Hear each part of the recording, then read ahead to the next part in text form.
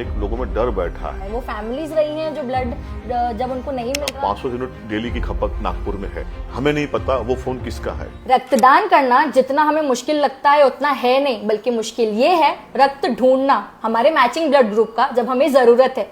सिंधु युवा force blood donation का ये कार्य पिछले 18 साल से करती आ रही है। श्री गुड्डू केवल रामानी जी से हम इसी बारे में आज कॉन्वर्सेशन करने वाले हैं। नमस्कार। ब्लड डोनेशन लोगों को इतना मुश्किल क्यों लग रहा है? एक लोगों में डर बैठा है कि रक्तदान करने से कमजोरी आती है, जबकि रक्तदान करने के कई फायदे। 24 घंटे में आपका जो ब्लड है वो वापस बन जाता है। आपको ऐसा कुछ लगता है कि जो लेडीज हैं वो थोड़ा कॉन्शियस होती हैं ब्लड देने से पहले की वीकनेस आ जाएगी? मुझे लगता है कि हम अपने मन में जो सोचते हैं कमजोरी आएगी तो आएगी आपको। तब हमारे द्वारा आयोजित जो रक्तदान शिविर होते हैं उसमें 100 से अधिक महिलाओं का योगदान रहता है। ये कि नागपुर में जो ब्लड यूनिट्स की खपत है वो कितनी है?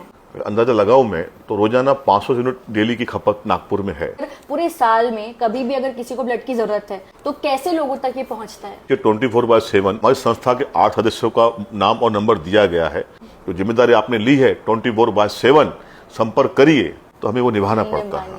ये जिम्मेदारी सिर्फ आपकी नहीं है कि आपको निभानी है, जिम्मेदारी हम सबकी है कि हम रक्तदान करें। 18 मई को आकर सुबह 9 बजे से लेकर शाम को 7 बजे तक साईं संत सतराम दास धर्मशाला समाधि साहिब जरीपटका। तो आप सब जरूर आइए और रक्तदान कीजिए।